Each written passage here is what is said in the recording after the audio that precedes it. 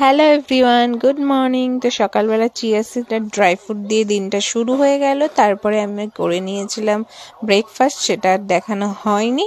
Smoothie খেয়ে নিয়েছিলাম oats আর কলা দুধ দিয়ে। তারপরে রান্নাঘরে এসেছিলাম, আজকে বরের বার্থডে ছিল, সেরকম কিছু অ্যারেঞ্জমেন্ট করা হয়নি এইবার। তো এখানে মাংস করেছিলাম, ভেন্ডি ভাজা, আলু ভাজা, এসব অনেক কিছু করেছিলাম, ভাজাভুজি একটু।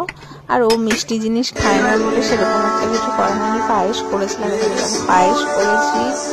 এখানে করেছিলাম হলো মিষ্টি দিয়েছিলাম সাজিয়ে, তাও কিছু খাইনি। পটল ভাজা, আলু ভাজা, ভেন্ডি ভাজা, ভাত, স্যালাড, ডাল আর চিকেন, এই সিম্পল খাবার ছিল। আর দেখো, তিলোত্তমার বিচার তো সবাই আমরা চাই।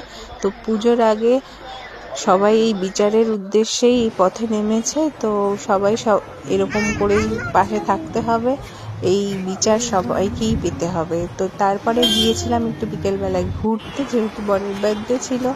তো ঘোরাঘুরি করে আসার পর বাড়িতে শাশুড়ি মা কেক নিয়ে এসেছিল, ওই কেকটা একটু কাটা হয়েছিল। এবার সেরকম কিচ্ছু করা হয়নি। সত্যি কথা বলতে প্রত্যেকবার জন্মদিনটা ভীষণ বিশেষভাবে একটু সেলিব্রেশন করি, এবার সেরকম কারোর মন মেজাজ ভালো নেই বলে সেরকম করে কিছু করা হয়নি। তো ভিডিওটা কেমন লাগলো জানি, ভালো লাগলে লাইক কমেন্ট শেয়ার করে দিও।